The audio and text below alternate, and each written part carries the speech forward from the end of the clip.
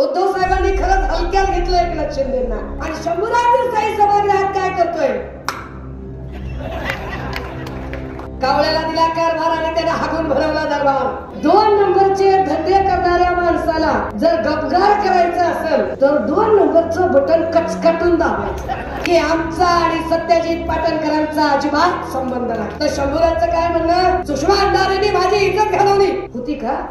की मी सुरतला निघालो तर माझ्या आधी सगळ्यात पहिला जो होता तो शंभूराज देसाई होता. देवेंद्र फडणवीसांनी माणसं घडवली नाही, देवेंद्र फडणवीसांनी माणसं चोरली, माणसं पळवली. देवेंद्र फडणवीसांनी स्वतःला चाणक्य म्हणून चाणक्य शब्दाचा अपमान करून मुख्यमंत्री म्हणून मृत्यूशी झुंजा देत असताना कारभार कोणाला चालवायला द्यायचा? तर एकनाथ शिंदेच्या हातात कारभार. की त्यांनी मला हलक्यात घेतलं म्हणून मी सरकार पाडलं. बरोबर आहे एकनाथ शिंदेचं, एकदम बरोबर. मला याची कल्पना आहे की या मतदारसंघाची व्यक्ती जी आता उमेदवारी करत आहे महायुतीकडून, ती मागच्या काळात मंत्री राहिलेली आहे. मंत्रिपदाचा कार्यकाळ काय होता, कारभार काय होता तेही आपल्या सगळ्यांनी बघितलेलं आहे. ज्या काळामध्ये इथे कोरोना चालू होता आणि कोरोनाच्या काळामध्ये सन्मान्य पक्षप्रमुख इथल्या प्रत्येक या महाराष्ट्रातल्या प्रत्येक कुटुंबाची काळजी कुटुंब प्रमुख म्हणून घेत होते. प्रत्येकाला आरोग्य काय ते समजावून सांगत होते. जेव्हा कोरोनाच्या काळातला स्पष्टपणे नियम, जागतिक पातळीवर नियम सांगितले जात होते की सुरक्षित अंतर ठेवा, गरज नसेल तर घराच्या बाहेर पडू नका, सतत अर्ध्या तासाने 30-30 सेकंदासाठी हात धुवत राहा, तोंडाला मास्क लावा, मास्क लावल्याशिवाय घराबाहेर पडू नका, हे जेव्हा वारंवार सांगितलं जात होतं आणि लोकांनी घराबाहेर पडायचंच नाही, एकमेकांना भेटायचंच नाही, हीच कोरोनाची प्रधान अट होती. अशा महामारीच्या काळामध्ये उद्धव साहेब मुख्यमंत्री होते. हे का सांगणं गरजेचं आहे? कारण गद्दार गँगच्या काही लोकांनी सांगायला सुरू केलं की उद्धव साहेब भेटतच नव्हते. अबे तुला भेटला असतास तर तू मेला असतास ना. त्यांना एकदा ठणकावून सांगायची गरज आहे की कोरोनाची गरजच अशी होती की माणसाने माणसाला भेटायचं नाही. आपण फोन लावला तरी अमिताभ बच्चनची रिंगटोन कानात वाजायची. कृपया हात धोते रहिए, मुंह को मास्क लगाइए, घर के बाहर मत निकलिए सांगितलं जात होतं. ते ज्या महाशक्तीच्या कृपेने गद्दार गँगमध्ये सामील झाले, त्या गद्दारांचा मुखिया आणि त्या गद्दारांचा सूत्रधार असणारी भाजपा, त्या भाजपाचे नेते नरेंद्र मोदीजी तेही सांगत होते थाली बजाइए, घंटी बजाइए, घर में बैठिए, जनता कर्फ्यू कीजिए सांगत होते ना ते सुद्धा. म्हणजे घरात बसणे हा नियम होता. पण घरात बसणे हा नियम असला तरी घरातून सुद्धा सन्मान्य पक्षप्रमुख आपल्याला ऑनलाईन भेटून प्रत्येक गोष्ट सांगत होते. आपल्याला सांगत होते की तब्येतीची काळजी घ्या, हात धुत राहा, स्वच्छता पाळत राहा. एवढंच नाही तर भाजीपाला आणायला जर बायका जाणार असतील तर घरातल्या आया बहिणींना सुद्धा सांगत होते की टिकणाऱ्या भाज्या वापरा, सतत भाजीपाला आणायची वेळ येऊ नये, डाळी वापरा, कडधान्य वापरा, प्रोटीनचं धान्य वापरा, मोड आलेलं धान्य वापरा. इतकं समजावून घरातलाच माणूस सांगू शकतो. नेता म्हणून सांगण्यापेक्षा कुटुंबातला माणूस म्हणून ते सांगत होते. मग 2021चा काळ संपला, कोरोना संपला आणि पुढची 5-6 महिने उद्धव साहेबांना मिळाले. पण त्या 5-6 महिन्यात काय झालं? त्या 5-6 महिन्यामध्ये उद्धव साहेब एका आजाराने ग्रस्त झाले. आजार मणक्यांचा होता. आजारामध्ये शरीराचा कुठलाही भाग हलत नव्हता. अशा सगळ्या काळामध्ये काय करायचं? या आजारावरती मात करायची आहे. उद्धव साहेब मृत्यूशय्येवर झोपलेले, मृत्यूच्या दाढेत आपला नवरा अडकलाय म्हटल्यावर आपला नवरा, आपलं सौभाग्य, आपलं कुंकू आयसीयू मध्ये आहे, ते मृत्यूशी झुंज देत आहे. काय करायचं त्या मुख्यमंत्री पदाचं? या मुख्यमंत्री पदापेक्षा आपलं सौभाग्य जास्त महत्वाचं आहे असं म्हणत आदरणीय रश्मी वहिनींच्या डोळ्यात काहूर साचलं होतं आणि रश्मी वहिनी आपल्या 2 लेकरांना पंखाखाली घ्यायचा प्रयत्न करत होत्या की या मुख्यमंत्री पदाशी त्यांना काही देणं घेणं नव्हतं. आता आपलं कुंकू वाचणं जास्त महत्वाचं आहे. काय करावं? काल परवा कुठल्या तरी सभेमध्ये एकनाथ शिंदे म्हणाले की त्यांनी मला हलक्यात घेतलं म्हणून मी सरकार पाडलं. बरोबर आहे एकनाथ शिंदेचं, एकदम बरोबर आहे. उद्धव साहेबांनी खरंच हलक्यात घेतलं एकनाथ शिंदेंना. हलक्यात घेतलं की हा माणूस काय गद्दारी करू शकतो, हा माणूस काय पाठीत खंजीर खुपसू शकतो, हा माणूस काय कपट शकतो. उद्धव साहेब बिचारे साधे भोळे, साध्या भोळ्या माणसाने विश्वास टाकला त्या माणसावर. काय करावं? आयसीयू मधनं बाहेर निघता येत नाही. आदित्य दादांना बोलावलं आणि सांगितलं की अरे गटनेता म्हणून कुणाला तरी आता कारभार चालवायला सांगावं लागेल, कुणीतरी विश्वासाने काम करावं लागेल. त्या माणसाच्या डोक्यात जर घराणेशाही असते आणि सबमाल आमदार आपल्याकडे सगळे अधिकार ठेवायचे जर डोक्यात असतं तर ती सही कदाचित आदित्य दादांच्या नावाने पण केली असती. पण तो कारभार त्यांना दिला नाही. कारभार दिला एकनाथ शिंदेंना. कावळ्याला दिला कारभार आणि त्यांना हागून भरवला दरबार. कारभार दिला एकनाथ शिंदेंना. का दिला होता? कारण साहेबांना असं वाटलं की अरे रिक्षा चालवायला आला होता बिचारा गावात. रिक्षा चालवणं वाईट काम नाही, रिक्षा चालवणं हे चांगलं काम आहे. कोणतंच काम वाईट नाही, प्रत्येक काम कष्टाचं काम आहे. चोरी करण्यापेक्षा कष्ट करून खाणं कधीही चांगलं आहे. त्यामुळे कुणी कष्ट करून जगत असेल तर त्याचा सन्मान केला पाहिजे. उद्धव साहेबांनी सन्मान केला, शाखा प्रमुख केलं, शिवसैनिक म्हणून शिवबंधन बांधलं, शाखा प्रमुख केलं, गटप्रमुख केलं, नगरसेवक केलं, गटनेता केलं, महापौर केलं, आमदार केलं, नगर विकास मंत्री केलं. आणि नगर विकास मंत्री केल्यानंतर मुख्यमंत्री म्हणून मृत्यूशी झुंजा देत असताना कारभार कोणाला चालवायला द्यायचा तर एकनाथ शिंदेच्या हातात कारभार दिला. पण काय केलंय लोकांनी? हलक्यात घेतलं ना की हा कशाला गद्दारी करेल. बरोबर एकनाथ शिंदेचं हलक्यात घेतलं. उद्धव साहेबांना वाटलंच नाही की हा गद्दारी करू शकतोय म्हणून.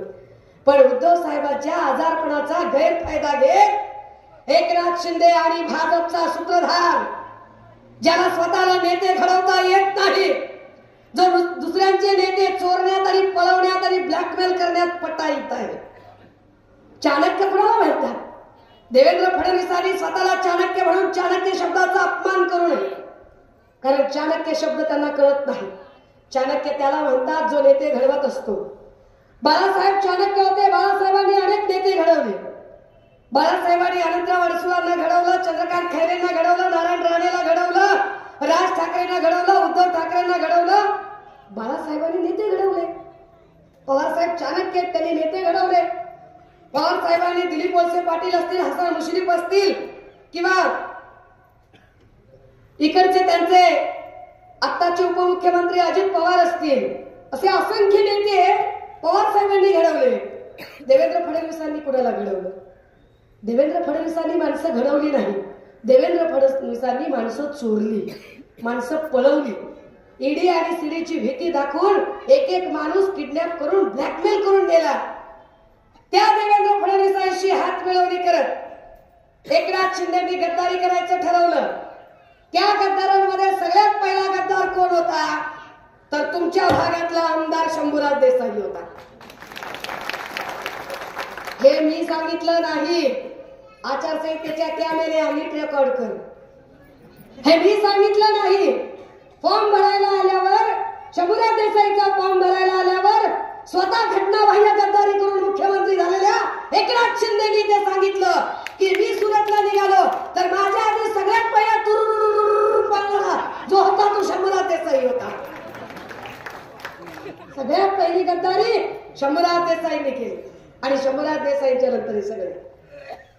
या सगळ्या गद्दार लोकांना हे सांगावं लागेल की तुमची गद्दारी महाराष्ट्रात चालत नाही. हर्षद कदमची उमेदवारी हर्षद कदमला फक्त आमदार करायचं एवढ्यापुरती मर्यादित नाही. हर्षद कदमची उमेदवारी यासाठी महत्वाची आहे की शंभूराज देसाई सारख्या माणसामुळे जो पाटण विधानसभेवर गद्दारीचा डाग लागलाय तो डाग पुसून काढण्यासाठी आणि पाटणकर गद्दारांना अजिबात ताकद देत नाहीत. पाटणकर गद्दारांच्या सोबत नाही तर पाटणकर स्वाभिमानी खुद्दारांच्या सोबत असतात हे सांगण्यासाठी म्हणून इथं मशाल पेटणं गरजेचं आहे. का गरज वाटते इथं महाविकास आघाडीचं सरकार आणण्याची? काय गरज आहे बदल करण्याची? राजे हो, शेतमालाच्या भावाचं काय झालंय आणि काय नाही तुम्ही सगळेजण बघताय. मी तर कोरडवाहू शेतातला माणूस आहे. आमच्याकडे 4800चा भाव होता तेव्हा देवेंद्र फडणवीस सांगत होते 6000 भाव करतो. आता आमची परिस्थिती अशी आहे 3100 सोयाबीन चाललंय आमचं. 3100 इकडं एकरी बॅग मागचा खर्च 3300 आहे आणि आम्हाला उत्पन्नात मिळतात 3100 रुपये. इतकी आमची वाईट अवस्था आहे. म्हणजे जर आमच्या सोयाबीनला भाव दिला असता, कापसाला दिला असता, उसाला दिला असता, तर तुम्हाला आम्हाला 1500 द्यायची गरज पडली नसती. आमच्या शेतमालाला जरी भाव मिळाला असता आणि आमच्या लेकरांना नोकऱ्या जरी मिळाल्या असत्या तरी ते भरपूर होतं, पण ते केलं नाही. मंत्रालयात मंत्री काय पद्धतीचे भरले. एका तरी मंत्र्याला आपलं काम नीट करता यावं. अरे कोरोनाच्या काळातही एका दवाखान्यात इतके बल्कने मृत्यू झाले नाही जितके बल्कने मृत्यू कोरोना संपल्यानंतर झाले. कोरोना संपून गेल्यानंतर तानाजी सावंतांना आरोग्यमंत्री केलं आणि तानाजी सावंत आरोग्यमंत्री असताना कळवा ठाण्यामध्ये एका रात्रीमध्ये तब्बल 32 मृत्यू झाले. एका रात्रीमध्ये नांदेडला 28 मृत्यू झाले. एका रात्रीमध्ये संभाजीनगरच्या घाटीला 14 मृत्यू झाले. ज्या माणसाला हातीपाय नावाचा रोग डास चावल्याने होतो का दूषित पाण्याने होतो हे सुद्धा कळत नाही, ज्याला धरण खेकड्यांनी फोडतात का कसं फुटतं हे माहित नाही, असा माणूस आरोग्यमंत्री केला. ज्याला रुग्ण कळत नाही, कुळव कळत नाही, दांडा कळत नाही, आऊत कळत नाही, जोत कळत नाही, दुबार पेरणी कळत नाही, धूळ पेरणी कळत नाही, खतांचं 15-85 किंवा 15-15-15चं किंवा 35-35-35चं ज्याला प्रमाण कळत नाही, असा माणूस कृषी मंत्री झाला. आणि एक्साईजचं खात आहे. एक्साईज कशाला म्हणतात राजे हो? अरे दारू, तंबाखू, विडी, सिगारेट, गुटखा या गोष्टींवर जो नियंत्रण आणतो तो असतो राज्य उत्पादन शुल्क खात्याचा मंत्री. राज्य उत्पादन शुल्क खात्याच्या मंत्र्याने दारू, तंबाखू, विडी, सिगारेट, गुटखा अशा सगळ्या अंमली पदार्थांवर कंट्रोल ठेवायचा असतो. ते खातं होतं शंभूराज देसाईकडे आणि शंभूराज देसाई सभागृहात काय करतोय? याच सगळ्या चॅनलवाल्यांनी व्हिडिओ दाखवले. याच सगळ्या चॅनलवाल्यांनी शंभूराज पुढच्या अब्दुल सत्ताराला तंबाखू मागतानाचे व्हिडिओ दाखवले. ते शंभूराज देसाई. कितीतरी वाईन फॅक्टऱ्या, कितीतरी दारूंच्या कंपन्या, ज्या दारूंच्या कंपन्यांचे सर्रासपणे अधिकाऱ्यांशी साठलोट करून वसुली अधिकारी तयार करून त्याचे मोकाट लायसन देऊन अफाट माया जमा करणारा शंभूराज देसाई.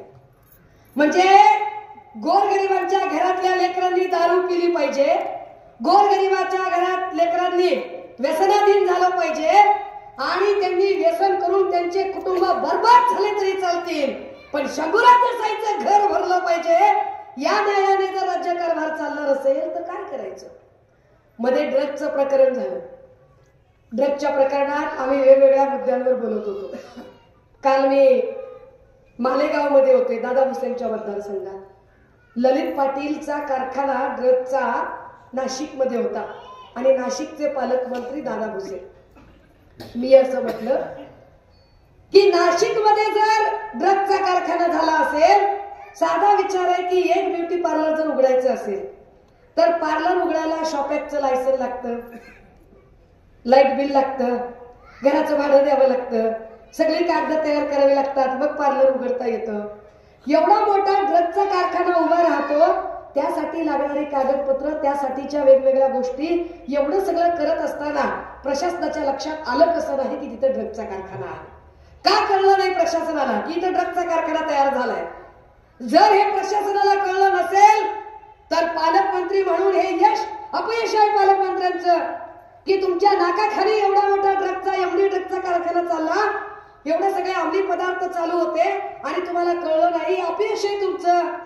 आणि जर तुमचं म्हणणं असेल की नाही नाही मला कारखाना माहित होता, तर माहित असून सुद्धा तुम्ही त्याच्याकडे दुर्लक्ष केलं, याचा अर्थ तुम्ही जाणीवपूर्वक या सगळ्या ड्रग्जवाल्या लोकांना चालना दिली का?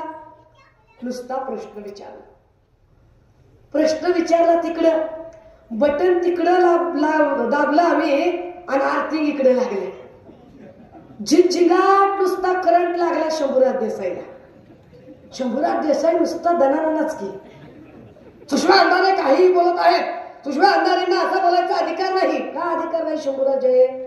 का अधिकार नाही? राज्य उत्पादन शुल्क खातं तुमच्याकडे आहे, दारू, तंबाखू, विडी, सिगारेटचं खातं तुमच्याकडे आहे. माझ्या हातावरचा रेकॉर्ड सांगते काय पद्धतीने कोणकोणत्या अधिकाऱ्यांना हाताशी धरून इंदापूरची कंपनी असेल किंवा वेगवेगळे बार सेक्टर असतील, या बार सेक्टर मध्ये तुम्ही कशा पद्धतीच्या वसुल्या चालवल्या.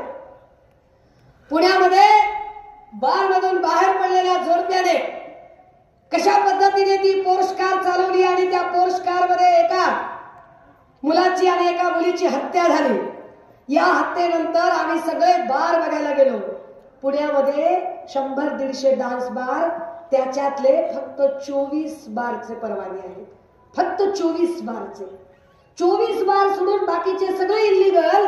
एवढे सगळे इल्लीगल बार चालतात तरी कसे? कुणाच्या आशीर्वादाने चालतात? मग आम्ही त्या एक्साईजच्या एसपी ला विचारलं की दादा तुला माहित नाहीत का एवढे सगळे बार चालू आहेत? सबी एरियाच्या बाहेर खुर्च्या लागतायत, यांच्या गाड्या घोड्या आहेत, चालणाऱ्या पादचाऱ्यांना त्रास होतो, पिऊन खाऊन आलेली माणसं बाया बापड्यांना त्रास देतात. हे तुला कळत नाहीये का? बार कुणाच्या आशीर्वादाने चालत होते? अर्थात शंभूराजे देसाईंच्या. तर शंभूराजचं काय म्हणणं? सुषमा अंधारेंनी माझी इज्जत घालवली. होती का? होती का तुम्हाला? तुम्हाला लौकिक तरी कळतो का की ज्या बाळासाहेब देसाईंनी एक मोठं नाव कमावलं, लोकनेते बाळासाहेब देसाई यांच्यासाठी आम्ही विरोधक असलो तरी नतमस्तक होतो आणि लोकनेते बाळासाहेब देसाईंचा आम्ही सन्मान करतो की काही झालं तरी ते त्यांच्या पक्षाशी इमान राखून होते. पण त्या बाळासाहेब देसाईंच्या पोटाला तुमच्यासारख्या गद्दार अवलादी जर जन्माला येत असतील तर तुम्हाला तुमची जागा दाखवली पाहिजे आणि तुम्हाला सांगितलं पाहिजे की तुमच्यामुळे लोकनेते बाळासाहेबांना डाग लागलेला पाटणकरांना आवडणार नाही. इथल्या पाटणच्या जनतेला ते अजिबात आवडणार नाही, हे सांगितलं पाहिजे. म्हणाले मी आता सुषमा अंधारेवर अब्रू नुकसानीची नोटीस टाकतो. तुमची अब्रू सगळ्या महाराष्ट्रात जी दिवेशीवर टांगली गेली आहे ती आधी बघा. विरोधकांनी प्रश्न विचारल्यावर त्याची उत्तरं देण्याच्या ऐवजी त्यांच्यावरती नोटिसा पाठवणं बंद करा. त्या नोटिसा पाठवल्याने जर सुषमा अंधारे घाबरते असं वाटत असेल तर उठा, जागे व्हा, भ्रमातनं बाहेर निघा. सुषमा अंधारे गेली 20 वर्ष चळवळीत काम करते आणि 20 वर्ष चळवळीत काम करताना कुणाच्या बापचा 1 रुपया खाल्लेला नाही. त्यामुळे मी तुमच्यासारखी निंदी नाही, गद्दार नाही, मी तुमच्यासारखी झुकणाऱ्यांपैकी नाही. मी टिट फॉर टॅट तुम्हाला उत्तर देणारी आहे. त्यामुळे शंभूराज देसाईंची कदाचित आमच्या नजरेला नजर फिरवायची हिंमत नसेल, पण शंभूराज तुमच्या मतदारसंघात येऊन तुम्हाला ललकारण्याची हिंमत आम्ही ठेवतो आम्ही ती हिंमत. आम्ही ती हिंमत ठेवतो, ती ताकद ठेवतो आणि म्हणून इथं येऊन आम्ही ललकारू शकतो. सत्यजित पाटणकरांकडून आम्हाला अपेक्षा होत्या की सत्यजित पाटणकर एक चांगला आणि या लोकांच्यासाठीचा उपकारक निर्णय घेतील. विकासावर फार बोललं जातंय, पण हे सगळं विकासावरची मांडणी करत असताना आजपर्यंत देसाई घराण्यालाही सत्ता मिळाली होती आणि पाटणकर घराण्यालाही सत्ता मिळाली होती. देसाई घराणा 28 वर्ष सत्तेत, पाटणकर घराणा 20 वर्ष सत्तेत, पण तरीही दोघे एकमेकांना विकासाचे प्रश्न विचारायला लागले.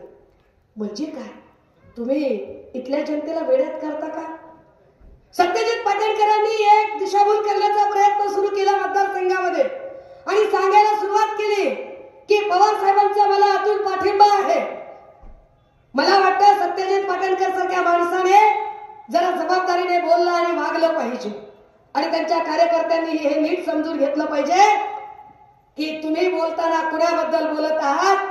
महाविकास आघाडीचे शिल्पकार असणाऱ्या शरदचंद्रजी पवार साहेब, वय वर्ष 84, या माणसाच्या विश्वासार्हतेबद्दल तुम्ही शंका निर्माण करायचा प्रयत्न करताय, जे अत्यंत चुकीचं आहे.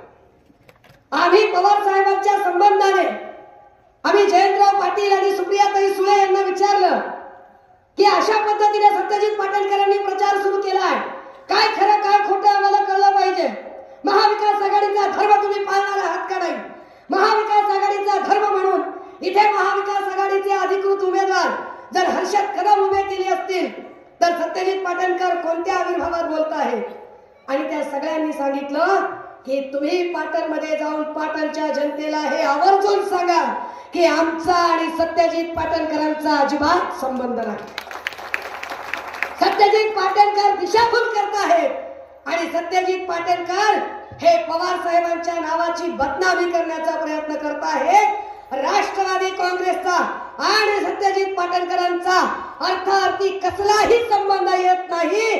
पूर्ण राज्यामध्ये काँग्रेस असेल, राष्ट्रवादी काँग्रेस असेल, शिवसेना, उद्धव बाळासाहेब ठाकरे पक्ष असेल, हे सगळे ताकदीने आणि एका जीवानं महाविकास आघाडी म्हणून लढत आहेत.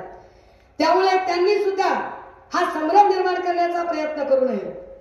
राजे हो, या मतदारसंघाचा सगळ्यात महत्वाचा प्रश्न हा बेरोजगारीचा प्रश्न आहे.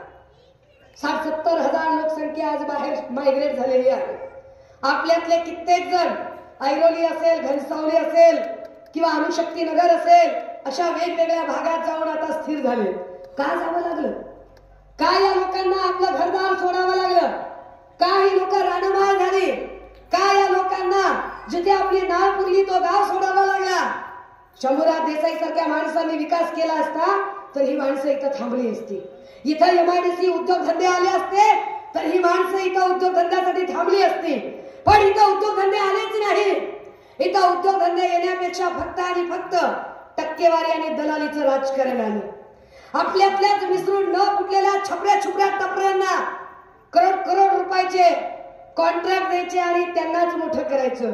जो जी हुजूर करतो, जो समजा जर शंभूराजांनी जर विचारलं, बोल रे रेडा दूध देतो का, तर जो म्हणतोय साहेब साहेब देतो साहेब, 2 लिटर काय साहेब 4 लिटर देतो, त्याला 50 लाखाचं काम. आणि जो म्हणेल काय बोलतो साहेब, हो सगळेच रेडे दूध देतात, चरबी हातात घेतोय, सांगा कोणत्या रेड्याचं काढायला जाऊ, त्याला लगेच 1 करोडचं काम. जे कुणी जी हुजरेगिरी करतात असे हुजरेगिरी आणि मुजरेगिरी करणाऱ्यांचा एक कंपू इथं शंभूराजने तयार केला. मला असं वाटतं की तुमच्यासारखी माणसं स्वाभिमानी राजकारण काय आहे ते ओळखतील. मला कल्पना आहे की हर्षद कदम नवीन आहे. काही लोकांना वाटत असेल की एवढ्या मोठ्या हत्तीच्या मस्तकासमोर एवढा कोवळ्या वयाचा पोरगा कसं काय टप देऊ शकेल. दादा हो, ज्ञानेश्वर माऊलींनी अत्यंत कोवळ्या वयात ज्ञानेश्वरी लिहिली. छत्रपती शिवरायांनी कोवळ्या वयामध्ये स्वराज्य स्थापनेचा ध्यास घेतला. वय किती आहे हे मॅटर करत नाही राजे हो, त्याची काम करण्याची इच्छाशक्ती किती आहे, त्याची काम करण्याची जिद्द किती आहे, त्याची प्रामाणिकपणा किती आहे हे जास्त महत्वाचं आहे. काही लोक असं म्हणतात की शिवसेनेने उमेदवार देताना इतके साधे साधे उमेदवार का दिले. हो, आम्ही साधे उमेदवार दिले, आम्ही गरीबातले गरीब उमेदवार दिले, कारण ही शिवसेनेची खरी ओळख आहे. वंदनीय बाळासाहेबांनी अशाच लोकांना, कोण होती माणसं, कुणी टपरी चालवायचं, कुणी रिक्षा चालवायचं, कुणी पान विकायचं, कुणी अजून काही करायचं, अशाच लोकांना उमेदवारी दिला ना आणि अशीच लोक मोठी केली. शिवसेनेची ही खासियत आहे की शिवसेनेने सामान्यातल्या सामान्य माणसाला वर्षा आणि सह्याद्रीवर वावरण्याची ती क्षमता शिवसेनेने तयार केली. त्यामुळे आम्हाला विश्वास आहे आणि शिवसेनेवरती आपल्या सगळ्यांना विश्वास आहे की मातोश्री आणि ठाकरे कुटुंब ज्याच्या कुणाच्या डोक्यावर हात ठेवतं निश्चितपणे त्याचं सोनं झाल्याशिवाय राहत नाही.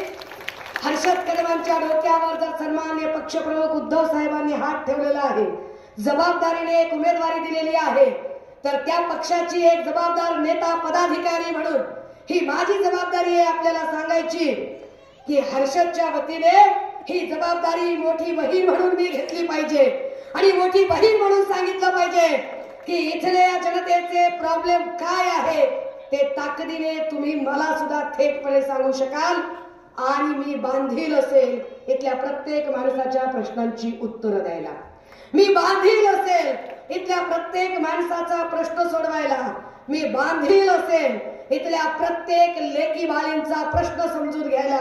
आपण सगळेजण ताकदीने हर्षद कदम यांच्या पाठीशी उभे राहाल आणि येणाऱ्या 20 तारखेला मशाल. मला ही कल्पना आहे बरं का, काही लोकांची तर प्रचंड इच्छा आहे सोबत यायची, परंतु शंभूराजची गुंडागर्दी, दडपशाही, दहशत, एखादा दिसला रॅलीत की लगेच त्याचा फोटो काढायचा, त्याला फोटो त्याचा दिसला, हे ह्याचा ऊस वाळू द्या रे, ह्याचा ऊस कारखान्याला घेऊ नका, घ्या रे त्याला कोपच्यात, टाका 353, टाका 354. हे आमचे सगळे पोलीस भाऊ काय करतील बिचारे. एखाद्यावर FIR करायची का नाही यांना शंभूराजला विचारावं लागतं. शंभूराजने सांगितल्याशिवाय हे FIR करूनच घेत नाहीत. त्यांनी सांगितलं की निर्दोषावर FIR, त्यांनी नाही सांगितलं तर गुन्हेगाराला सुद्धा वाचवण्यासाठी सगळं पोलीस स्टेशन तत्पर. ही सगळी कार्यपद्धती त्यामुळे खूप लोकांची इच्छा असून ते उघडपणे येत नाही. परंतु संपूर्ण तालुक्यातला जर अंडर करंट बघितला तर तो अंडर करंट सांगतो की या दोघांनाही आम्ही ओळखून आहोत. फक्त आणि फक्त शंभूराज देसाई निवडून येण्यासाठी, त्याला जिंकून देण्यासाठी सत्यजित पाटणकर बंडखोरीचा हा म्हणतायत. पण ही बंडखोरी नसून ते शंभूराज देसाईंना मदत करण्यासाठी उभे आहेत. त्यामुळे आम्ही दोघांच्याही नादाला लागणार नाही. आम्ही आमचा तिसरा पर्याय हर्षद कदम यांच्या पाठीशी उभे राहू असे लोक जेव्हा ठामपणे सांगतात तेव्हा विश्वास मिळतो. मी 2 दिवसापूर्वी कराडला गेले होते पृथ्वीराज बाबांकडे. तेव्हा मला पृथ्वीराज बाबा तिथे सांगत होते की ताई, वरच्या वातावरणाकडे जाऊ बघू नका. वरवर तुम्हाला दहशतीमुळे लोक बाहेर येताना दिसणार नाही, परंतु मला जे आयबीचे इनपुट मिळत आहे, मला जो खात्याचे जे रिपोर्ट मिळत आहे, त्या रिपोर्ट नुसार या तालुक्यामध्ये निश्चितपणे हर्षद कदम जिंकत आहे. हे पृथ्वीराज बाबा तिथे बसून सांगताय की ताई, इथे हर्षद कदम आघाडी घेत आहे. माय मावळ्यांनो, तुम्हा सगळ्यांना ही विनंती असेल, आपल्या लेकी बाळींच्या सुरक्षेसाठी, शेतमालाच्या हमी भावासाठी आता महाविकास आघाडीने जाहीरनाम्यात सांगितलंय, महालक्ष्मी समृद्धी योजनेअंतर्गत सत्ता आल्यानंतर ते अर्ध तिकीट काय म्हणतात, इथे महिलांना पूर्ण प्रवास मोफत असेल. तुम्ही काय 3,000चं सांगताय? महाविकास आघाडी सत्तेत आल्यावर महालक्ष्मी योजनेअंतर्गत 3,000 रुपये बायकांच्या खात्यात असतील. हे सगळं जे सांगितलं जातंय हे फार महत्वाचं आहे. आपण त्या सगळ्या जाहीरनाम्याचा विचार कराल आणि तुमचा भाऊ म्हणून, तुमचा मुलगा म्हणून, तुमचं लेकरू म्हणून तुम्ही हर्षद कदम यांना आशीर्वाद दे. किती नंबरला बटन आहे? 2 नंबरला बटन लय भारी मिळाली. म्हणजे इथल्या 2 नंबरचे धंदे करणाऱ्या माणसाला जर गपगार बसवायचा असेल, काय 2 नंबरचे धंदे करणाऱ्या माणसाला जर गपगार करायचं असेल तर 2 नंबरचं बटन कचकटून दाबायचं, फक्त आठवायचं. आमचं लेकरू मुंबईला पुन्हा पै गेला, तू धंदा दिला नाहीस म्हणून, दाब मशालीचं बटन. फक्त विचार करायचा, आमच्या लेकरावर खोटी केस कुणी टाकली, 100 दाब मशालीचं बटन. डाळीचा भाव किती वाढला, दाब मशालीचं बटन. तेल कितीने वाढलं, दाब मशालीचं बटन. सगळीकडे नुसती पेटी उघडली की मशाल मशाल आणि मशाल दिसली पाहिजे सगळीकडे. आपण सगळ्यांनी येणाऱ्या 20 तारखेला मशाल या चिन्हावर शिक्कामोर्तब करून हा विजय सुकर करावा ही पुनश्च एकदा विनंती करते. आणि हो, कुणाच्याही भावना दुखावण्याचा माझा अजिबात हेतू नव्हता, पण माझ्या बोलण्यामुळे जर शंभूराज देसाई आणि त्यांच्या खबऱ्या खुबऱ्यांच्या भावना दुखावल्या गेल्या असतील तर 30 आणि हाफ बिर्याणीवाल्या सगळ्या खबऱ्यांनी नीट लक्षात ठेवायचंय. नीट भाषण रेकॉर्ड करायचं, त्याला नीट ऐकवायचं, इतकं चांगलं ऐकवायचं की अख्खा बारचा स्टॉक त्याने एका दिवसात संपवला पाहिजे त्यांच्या. एवढं नीट भाषण ऐकवायचं. सुषमा अंधारे घाबरत नाही, कुठल्याच नोटिशीला कुठल्याच केसला घाबरत नाही. काय नोटीस आणि काय केस करायचं, जिथं उजडायचं तिथं उजडू दे. ताकदीनं पुन्हा एकदा सांगते, जे मल्हारपेठमध्ये सांगितलं तेच. काहीही झालं तरी यावेळी शंभूराज देसाईला गुलाल लागणार नाही म्हणजे नाही. यावेळेला पाटण तालुक्यात मशाल पेटणार म्हणजे मशालच पेटणार. लढणार आणि फिरणार, फक्त मशाल पेटणार. थांबते, रजा घेते. जय हिंद, जय महाराष्ट्र.